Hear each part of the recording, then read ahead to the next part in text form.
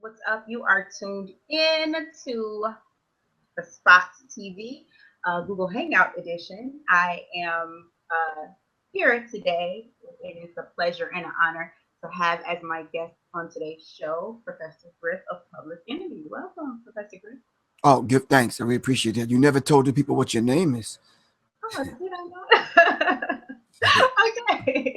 Well, what's up? It's Ludi, the host of the Spot TV. All I right. did not realize that I did do that, but it is Ludi, host of the Spot TV, and So can we shorten that and call you like a nickname or something? Because no one's gonna understand the Russian vibe, bro. well, Ludi is the nickname. The real name I left that out is Ludmila, but Ludi Okay.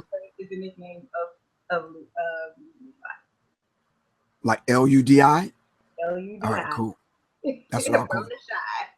the shy. All right. Originate from the Haiti. Okay, but Now you're a rapper. well, I'm here with you, so you got lyrics and All right. flow.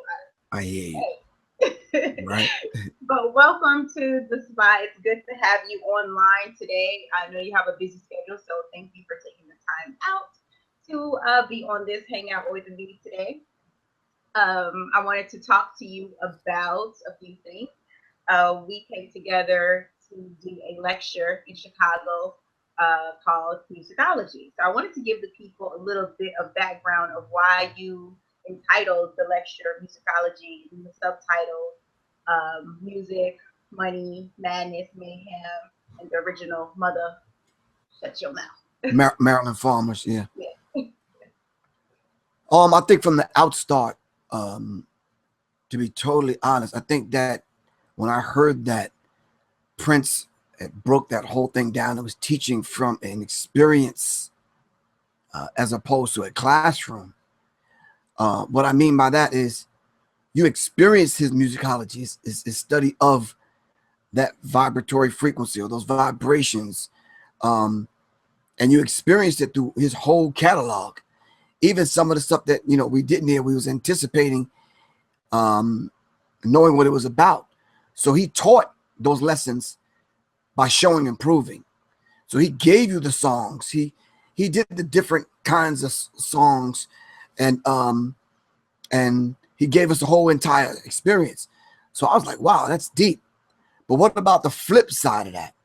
The study of the psychological implications of what certain frequencies and tones and things actually mean that affect us on a day-to-day basis that we're unaware of. Not to say that Prince didn't cover that. I just said to myself, well, let me cover that and give the credit back to where the credit is due. And Prince deserves that credit. So I use musicology, the study of music, but the money, madness, music, mayhem, murder, and the motherfucker. And as I've often said, I'm not being vulgar when I say the motherfucker. I'm talking about the lesson that Dr. Frances Cress Welsing gave us in her book, The ISIS Papers, The Keys to the Colors. In chapter 9, she talked about the motherfucker and the original motherfucker, on how these people circumnavigated the globe and figured out and determined that they are recessive to every and anything that we're about. Well, what do you mean by that, Professor Griff?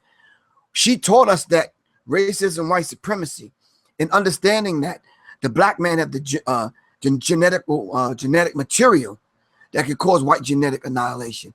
So anything that we say and do on any level poses a threat to them, including music. This is why they have to launch and wage war against the souls of black folks via the vibratory frequency in the music. This is why I chose that particular subject. Okay, now that is very interesting, and it was such an honor to come together with you to do the lecture. And we do have video of we have footage of that lecture. I'll post a link so that you all can check out parts of the lecture, part 1 and 2, and you really dive deep into a lot of subjects and a lot of things that's going on in the industry today. Right. So I do actually want to ask you a question about what do you think of the state of hip hop as it stands today? You said, what do I think of what? The state of hip hop as it stands today. Well, when you talk about the state of, then we have to understand what that means. Mm-hmm. In occultic terms, then we have to understand what it means in psychological terms. State of meaning what condition is your mind, your heart, and your spirit in, and that particular thing that you're resonating with. So when you say the state of Maryland, or the state of Michigan, or the state of Israel, or the state of Hawaii, then we understand what that means on that level. All right. But when you say the state of hip hop, and hip hop being high infinite power healing our people, hip hop being a culture, when you say the state of what that is, that's a whole different dynamic. First of all, we have to understand who put it in the condition that it's in. How did it get in the condition that it's in? Why is it in the condition that it's in? And once we start to answer those particular questions, then we'll understand the state of hip hop, the state of high infinite power healing our people, the state of the four elements, which is synthesized by the fifth element. What is the state of all of that? I think the state, to answer your question directly, the state of it is uncertainty, confusion, mass confusion, desire to want to press the reset button. Can you imagine if you had a hip hop reset button and you could just go back to like 92 or 86? That was a good time in hip hop. Right, we'd be straight. Yeah. But we are vastly approaching a period where I've heard the other day, walking through security with Vanilla Ice, real story, deep conversation, and he said, listen, they're bringing back 90s hip hop. I was like, wow. And he showed me some of the tour dates that he was on with some other people, and I'm like, wow, that's a good thing. So someone out there sees the need to bring back that time when hip hop felt good. Yeah. When we actually danced, when we actually, did graffiti, and we actually, was excited about, clicking on the 1200 techniques and, turning on the mixing, going from the ones and twos with music that felt good. Mm-hmm. So yeah, the state of it is it's in dire straits. And if someone or someone's plural don't bring back a different energy and frequency, we might see what Nas predicted, that hip hop is dead. Don't want to see it, but yeah. Wow. I mean, that right there, even the years that you brought up, that was like a good time in music, period. Especially for the generation that I grew up in. So it was really a good time, and it was like a good feeling, Right. Vibe all around, the world, and like you could feel it. You could really like feel it. So yeah, it felt good coming across the radio. It felt good going to the concerts. Yeah. It felt good wearing the style that was out that resonated with the artists that may have been on stage. I don't care if it was Salt and Pepper or Big Daddy Kane or Slick Rick or Dougie or whomever. You understand what I'm saying? But yeah, it was a good time. Yeah, it was. Now, those artists came before that era. That era that you're talking about is Tupac, Eminem, that era. You understand what I'm saying? Those were the last vestiges of artists that we could kind of resonate with what was actually happening in the world, especially in music. Shortly after that, it came crashing down, man. Like, okay, what are we doing? Why are we doing that? Why are we talking about those things? Mm-hmm. Who's buying this shit that we keep talking about it? Where do you play that at? Can I play that while my child is in the back seat? Right. Or the dude pulling up next to me at the light, he blasting that shit. It's like, do I roll my window up? Or do I shoot him the bird? Or do I like, yo, deuces, dude? I don't know. You tell me. Yeah. Yeah, it's a lot. And I mean, the vibration has definitely changed from then until like where music is today. Right. Period. It's definitely has changed, and you can see it in our children, and you can see it in the streets. You can feel it. It's just like a low vibration, low energy. It's just like a lot of these people are just walking zombies. you know, within that whole vibration and that whole frequency of the way the music is today. So that right there is just. I mean, when you talk about the zombification of hip hop, we gotta go to.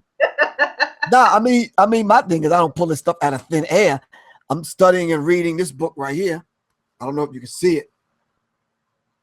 It's Urban Culture Decoding, a critical analysis into the physical, mental, and spiritual state of a new generation by Black Dot.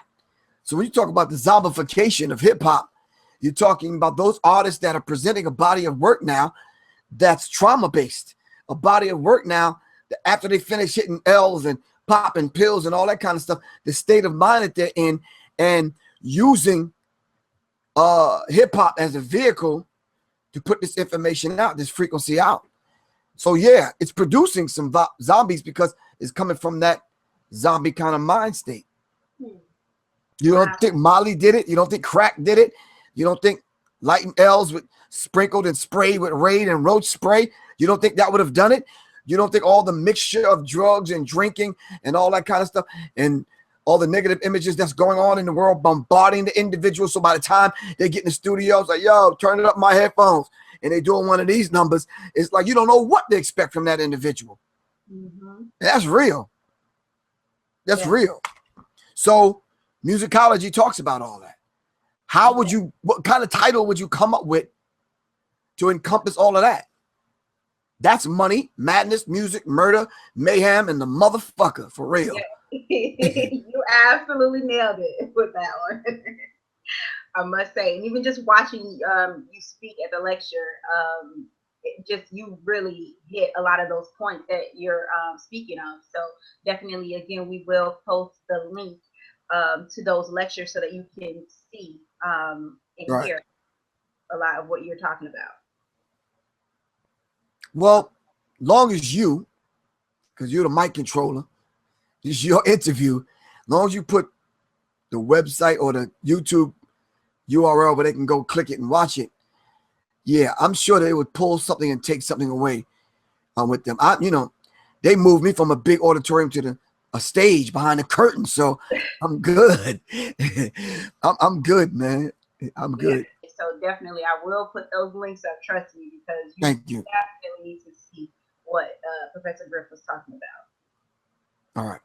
Okay. All right. Well, I wanted to also touch on a lot of the things that are happening now, current events, especially with the Democratic National Convention going on. I wanted to ask you about like your thoughts on what Michelle Obama, First Lady Michelle Obama, had to say about her having to wake up every morning, where she wakes up every morning in a house that was built by slaves. You want the occultic answer to that, or could we have both answer?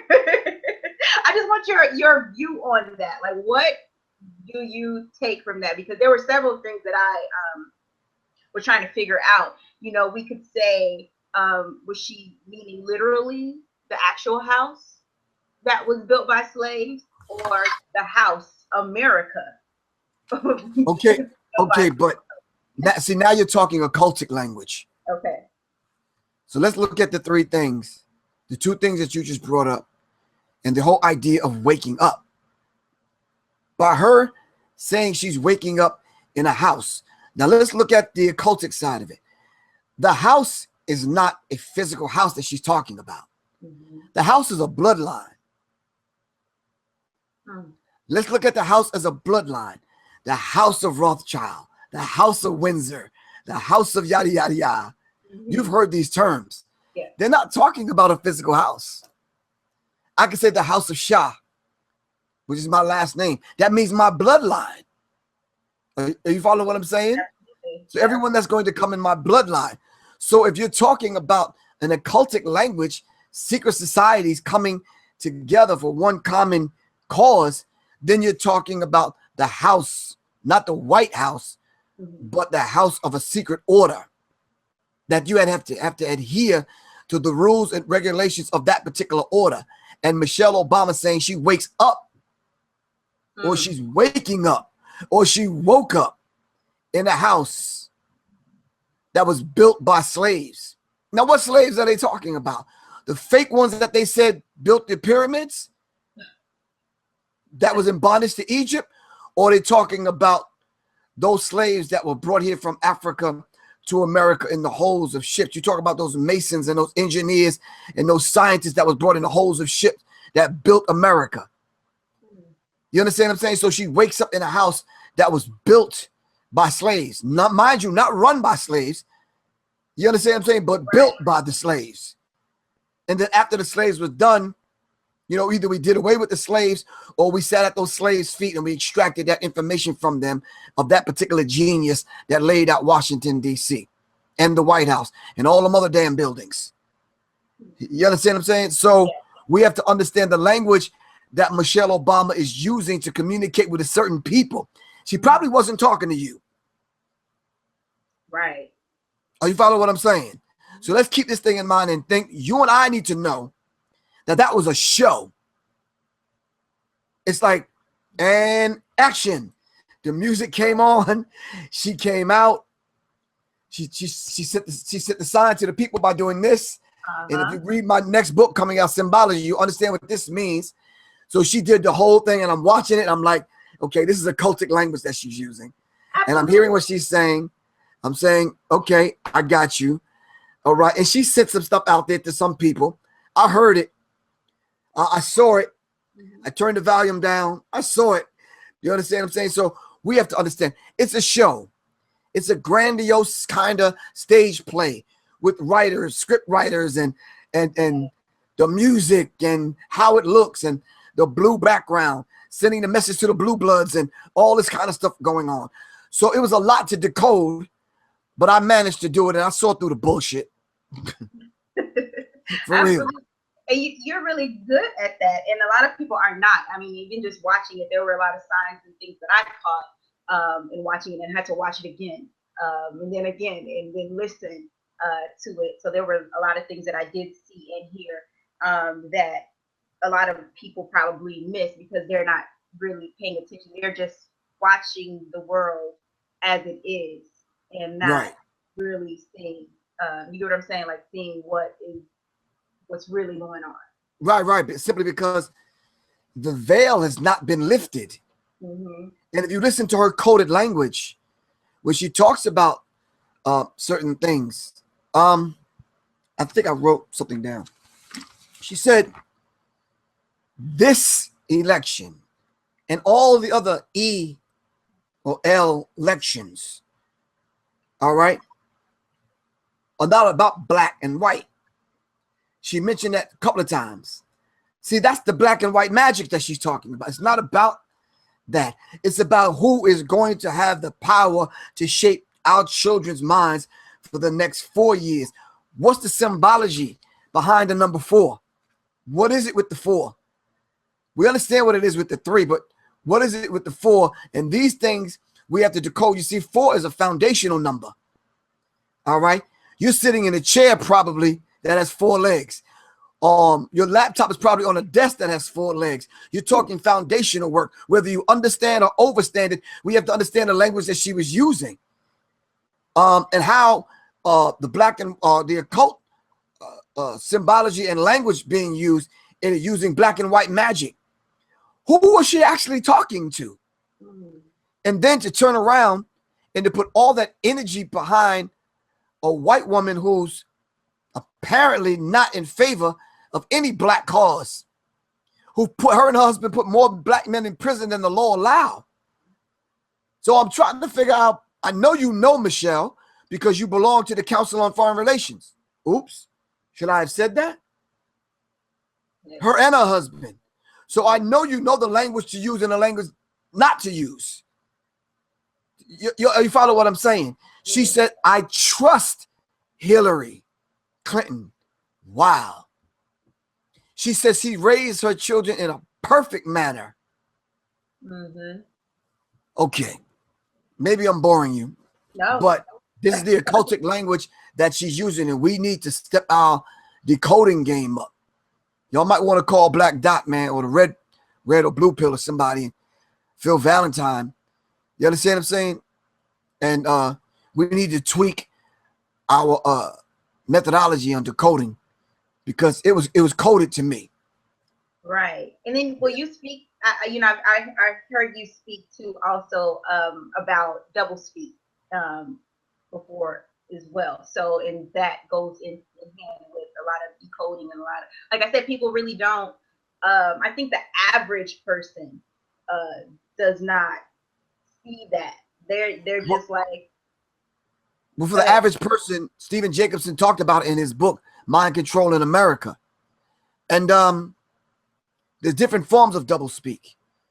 Like I said, we've heard years and years of George Bush, and we didn't understand one thing he was talking about. So who was he talking to? That's double right. speak. If Michelle Obama, like you, like myself, already know that the vote is a scam, then why all the millions of dollars and the hoopla and the balloons and the fanfare and the TV coverage? What is all of that about? That's the veil. That's the veil. So by the time you pull that curtain back and the little fat white dude is behind the curtain moving levers and pressing buttons, you already duped. You're already duped. They already passed laws that's going to control your child's life for the next 4 to 8 years. Can I ask you something? Of course. Michelle Obama mentioned 4 several times.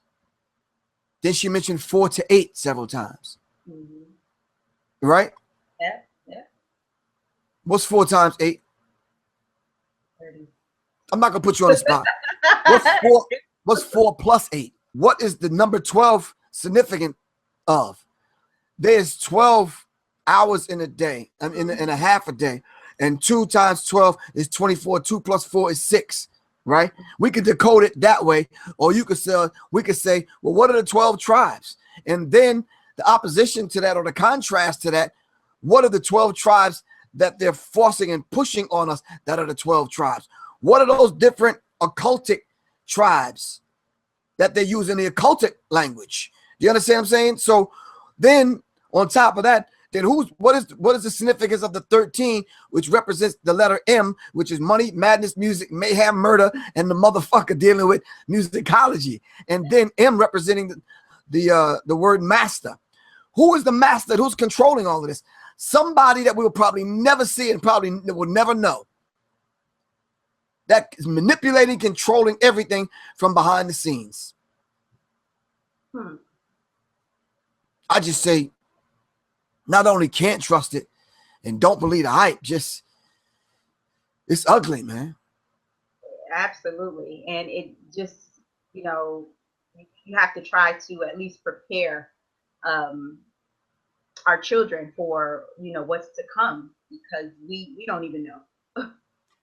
Yeah, regardless of whether we know or not, we still got to prepare them for what's coming down the pipe. So you don't know what this next 4 years are going to yield, or what it's going to force you as a parent, as a woman, to say and do in reference to your survival and your children's survival. Right. Wow. Interesting. All right. I also wanted to ask you about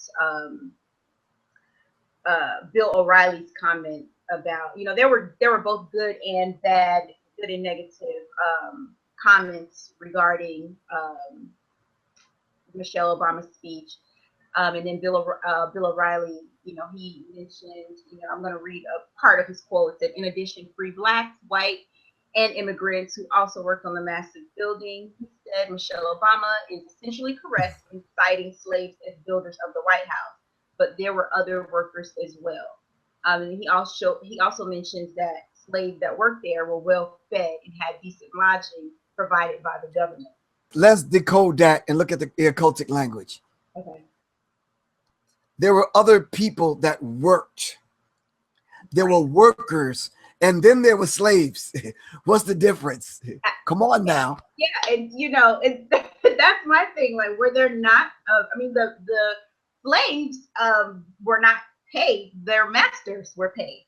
Thank you. So there's a big difference. See, Bill Riley knows who he's talking to. Right. He's not talking to you. There were other people that built the White House. Yeah, of course, because they've used other people and stepped on and trampled other people. They were mere workers. Mm-hmm. But we had to go get the slave, the one that we knew had the engineering power and mentality and spirit and wherewithal and know-how to actually build this gigantic monument that we can use as a symbol. Mind you, the White House was never in Washington, D.C. The capital of the United States was Philadelphia. Right. And what is Philadelphia called? What, the city of brotherly love? What, the city of brotherly love? The city of brotherly love. Well, what kind of love are they talking about? That's getting a little bit deep. And then why was it in Philadelphia? You understand what I'm saying? That's another subject for another time. But Bill O'Reilly, like Michelle Obama, know exactly who they're talking to. And it's those of us that can decode it and pick it up will truly understand. There's a difference between workers and slaves. Absolutely. Who helped build the bloodline, who helped build the house. He is not talking about someone that was lifting some bricks and moving some stuff around and painting and no. Right. Okay. Right. Yeah, just for him to even, say that, like you were saying, I mean, like you'd have to be really, even if you didn't pay that much attention in history, there were slaves at the White House. There were servants. And how many presidents had owned slaves? Yeah, but you see, we're overlooking the obvious. If there were slaves there, who the hell owned them? That's what I'm saying. So, let's ask some obvious questions here. Yes. So then, by you saying that, Bill O'Reilly, did presidents own slaves? Let's ask that question, Mr. O'Reilly. Exactly. You understand what I'm saying? And then now you open up a can of worms. Trust me, you are. Yeah, that right there is a lot of people are not ready for that. they're not ready. Well, whether they're ready for it or not, they're going to be forced to deal with it. Yeah. You understand what I'm saying? It's the race is on. Mm-hmm. The race is on. And did you notice that the black men are getting shot down in America and nothing really from Michelle? It was a mention, but it was a blurb. It wasn't even really yeah. Right. But she mentioned she mentioned her husband. She mentioned her loving daughters who will now have to go out in a world, in that same world that black men are being shot down in. Mm-hmm. But your husband did nothing to quail that particular violence that's coming at people that look just like you, Barack. Mm-hmm. Barry, whatever your name is. Right. I mean, she even mentioned that the little black boy who touched her husband's hair to see if his hair felt like his own. So Let's dive back into the occult. And where at in the scripture did they mention the hair? That individual that had hair like lamb's wool and feet that was burned, like feet that was burned in an oven, like it was bronze. What is it about the hair? When did an individual get their hair cut and lost their strength? See, we have to understand that the language that she's using and who she's talking to. And we'll be able to decode it and figure it out and say, okay, you know something? We need to be a little bit more astute and awake and aware as to who these people are talking to and what is the agenda. And if we have to go to the Phil Valentines to question them about what was said on an occultic level, that's what we have to do. I have to. I like that answer. And I also wanted to touch on, the housing projects that are in DC across the street from the White House. Mm-hmm. In reference to, just even with Michelle Obama saying that about waking up in a house that was built by slaves. And, but when you look across the street, Like, what do you see? The people that are that live there. Like, what do you see? Do you Well, I'm often in DC, and I'm not sure if you notice in and around DC, prostitutes and all kind of other stuff going on. You wouldn't think that within 10 miles of the White House you would see prostitutes. Right. Beg to differ, pal. It's a whole bunch of stuff going on over in that area. 1600 Pennsylvania Avenue, man. So not only is the housing projects and whatever. It's something, man. It's the lion's den, man. It's it's what they talk about in the scripture, and every foul and hateful bird is coming here. You understand what I'm saying? Mm-hmm. I studied scripture like you probably have when you were young, under the tutelage of your mom and a Sunday school teacher. But once you grow up and you say, wait a minute, they have to be talking about something else. And then you sit at the feet of some of those educators and they teach you how to decode. It means something totally different. That Bible is coded, man.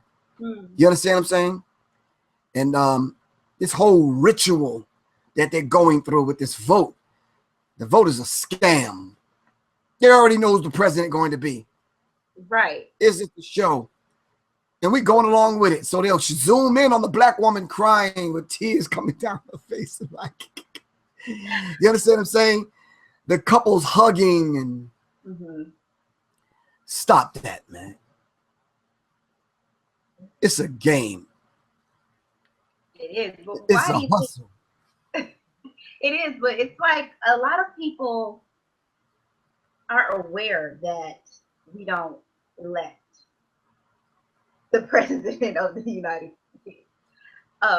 Why is it that people continue to go out and vote and go out in numbers? They say, go out and show your support and get on these phone calls and go rally behind this person and rally behind that person. If we are so aware of that we have no control over that, what is it? Like, why do we continue to play that game? Why do we continue to celebrate Christmas when we know, fat white dude named Santa Claus real? Why do we do that? Why do we still take the tooth when it comes out of the child and put it under the pillow and wait for the goddamn tooth fairy? Why do we wait for the Easter bunny? Why do we? I get where you're going with this. I do. We are duped into lending our spirit and our energy to this man and his way of life because we're caught up. So the scripture says, come out of her, my people, and be not partakers of her sins, because her sins have reached the heavens. Now the gods have gotten information. It's like, wait a minute, what's going on down there? Let's go down there and investigate. You understand what I'm saying? So we have to understand something. We still going through the motions because someone has fed us a lie that our ancestors have fought, bled, and died that we can vote. No, they haven't. They fought, bled, and died to get free. Fuck a vote. You understand what I'm saying? So no. But they feed that to us and say we have a right to vote. Even if I have the right to vote, if there's nobody for me to vote for, why the fuck am I voting? I would never vote for somebody like Trump. Excuse me. And Hillary Clinton?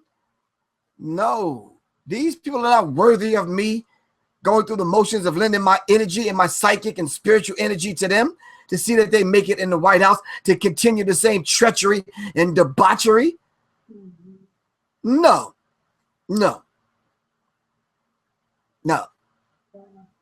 Just because you have the right to vote, that don't mean you have to go out and vote for somebody that you know you shouldn't be voting for.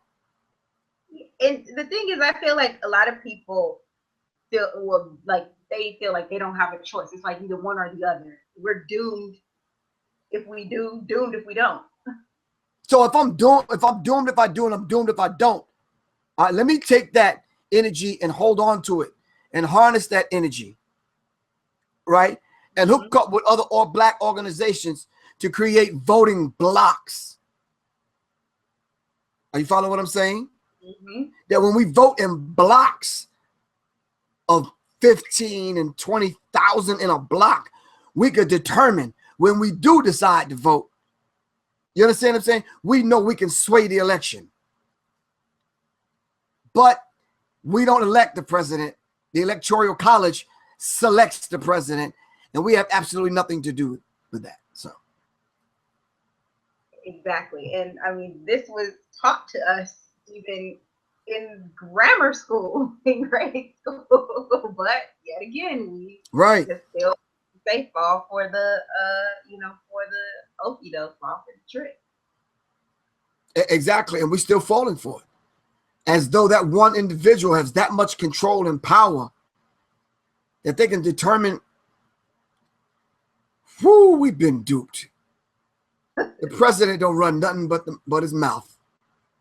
It's them other people that's running this thing. Stop that.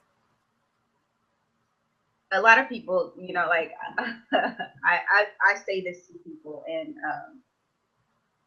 it's like I appear to be crazy or confused, or I don't know what I'm talking about, or I just, I don't know what I'm talking about when I say that to people, and people just don't get it. So it's like I pick and choose those conversations because it's an argument that will occur because people are so set on the life that they have been accustomed to, their comfortableness in the system that we are in because they don't understand it. So I've had to walk away from several conversations and end them, even within my own family, because people don't get it. I keep a crisp $100 bill in my wallet for any of them people that want to step up and show and prove that this democracy works. Mm-hmm. So for the people that's listening or watching this, why don't you take a second and go look up the word democracy? Why don't you go find out the Latin root to democracy, which is demos or demos, and then ocracy, and then we can figure out that the mob rules. You understand what I'm saying? Well, who's the mob that's ruling? The Capitol Hill gang? That's actually an organization in DC, the Capitol Hill gang. They're a gang. Who are the Republicans and the Democrats? Why are they red and blue? What are the opposing forces? What is the Hegelian dialectic principle? What? Yeah, stop that. No. Democracy does not work. This is why democracy kills its presidents and jails its leaders and silences its politicians and pays and buys off people. Yeah. Okay. So you see, some people are just not ready for that. But they like you said. Well, this is the reason why we do interviews like this, so we can bring them up to speed. Yes, and I like that. And like I said, I mean, even with the lectures that you do and everything, I think it's very important for you to continue to speak and be honest with people about what's really going on. I think you're very vital to our people and what they really need to be focused on paying attention to, so that we can prepare our children's children for what is to come and for the way the world is. Right. Okay. Well, I kind of wanted to switch gears and ask you your take on Michael Jordan donating $1 million each to the Chief of Police Institute for Community Police Relations, and then the NAACP. There were mixed emotions about when he did that because they're like, people were saying, oh, he hadn't spoken, so now he's spoken or with his money and giving $1 million each to both of those organizations. What is your take on that? If I went in my pockets right now, I might have $150 in my pocket. For me to give away $1, it wouldn't mean anything to me, and I could write it off. is more symbolic than anything. Mhm. So to finally speak out after people have lined up and lost their lives and been jailed behind trying to purchase your sneaker, bruh, I always say the next stage after ripe is rotten. We have to do things in its time in order for it to be effective. Are you following me? Absolutely. If the doctor gave you some pills to take and says take 2 4 times a day, and you don't follow that in its time, it may not heal you or cure you. So I think it's a little bit too late, man.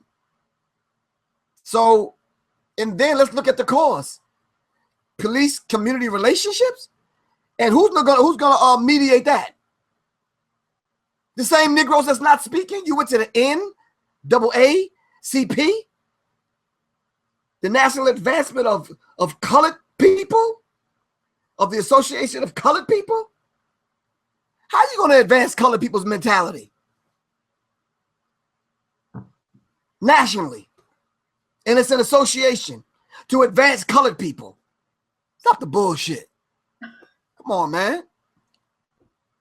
No. Yeah. No. That's like hiring Stacey Dash to mediate this. Yeah, to be or Raven Simone. Right, to be the spokesperson for Black America.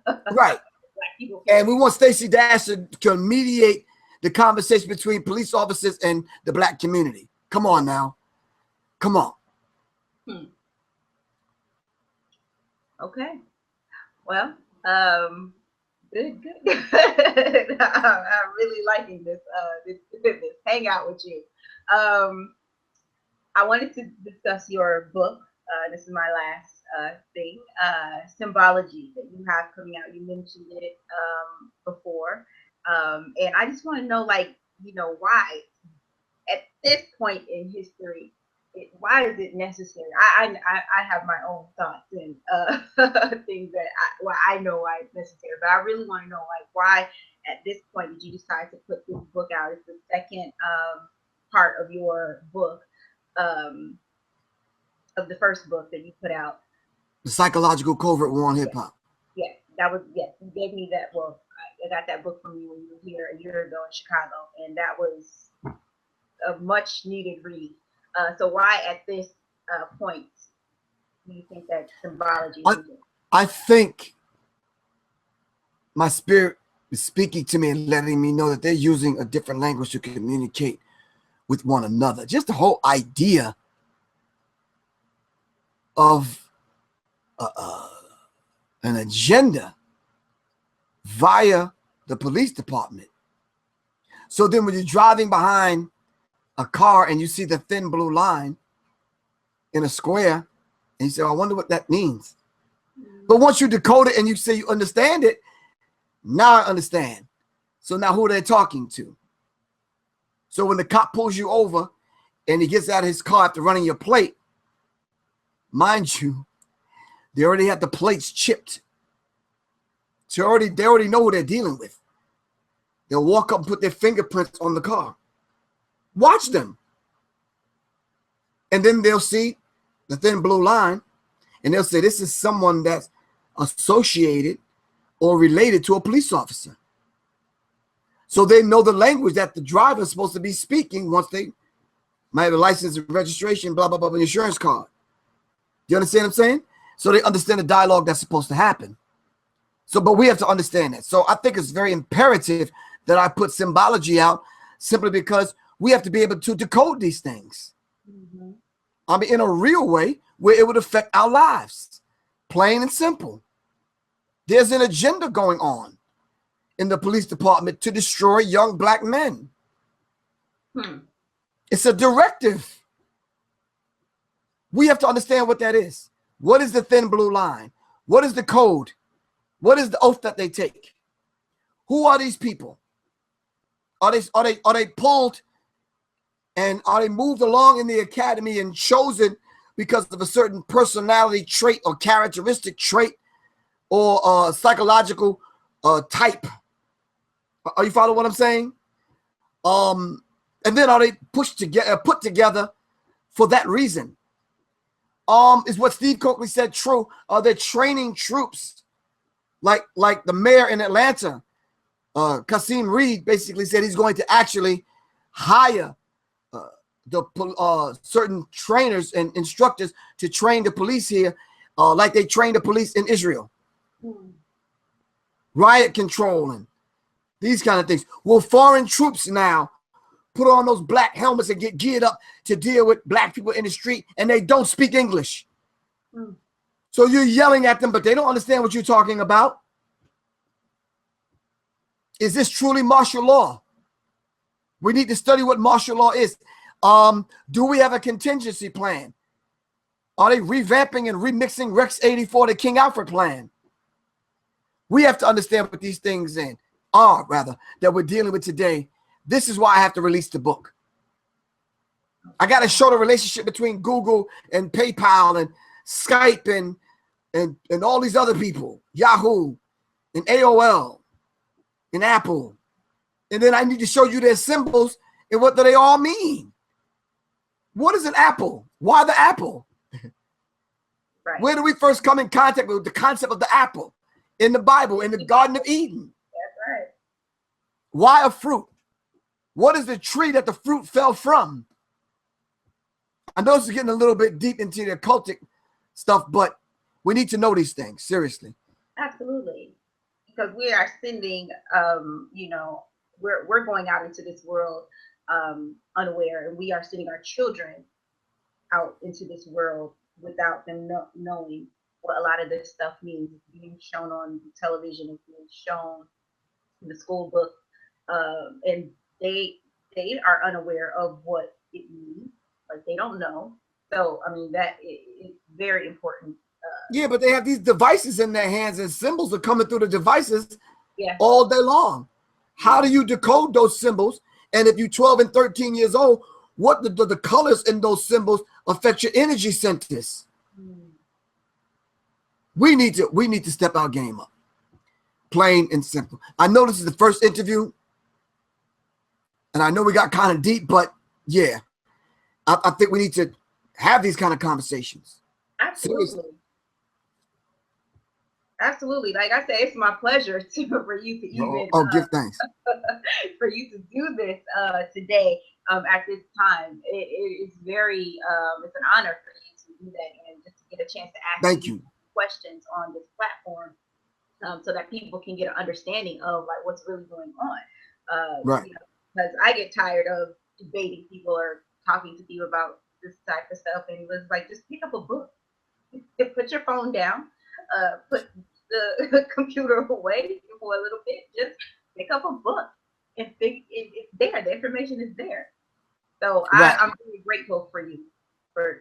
Thank you. I really appreciate you.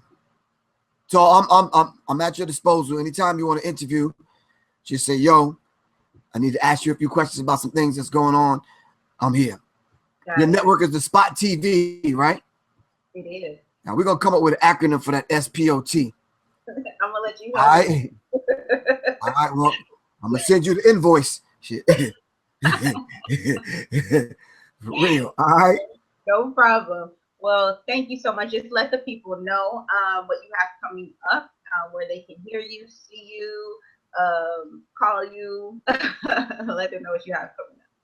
Well, right now I'm on the Art of Rap tour with Ice-T, Naughty by Nature, Curtis Blow, Melly Mel, the whole crew, going around the country making some things happen. Public Enemy is still doing the damn thing. I'm writing my next comic book, The Ex-Minister to the Edge of Panic. Yeah, some characters I gotta kill off in this one and that kind of thing.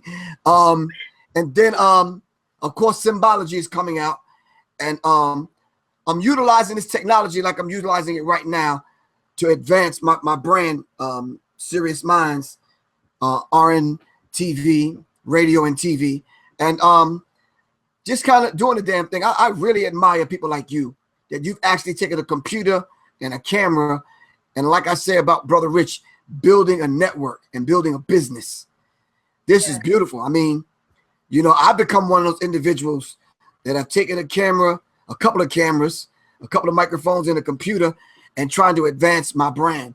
You understand what I'm saying? So my hat off to women like you that's actually stepping up to the plate on that side of the camera, on that side of the microphone, asking the very pertinent questions that need to be asked to whomever steps up to the plate.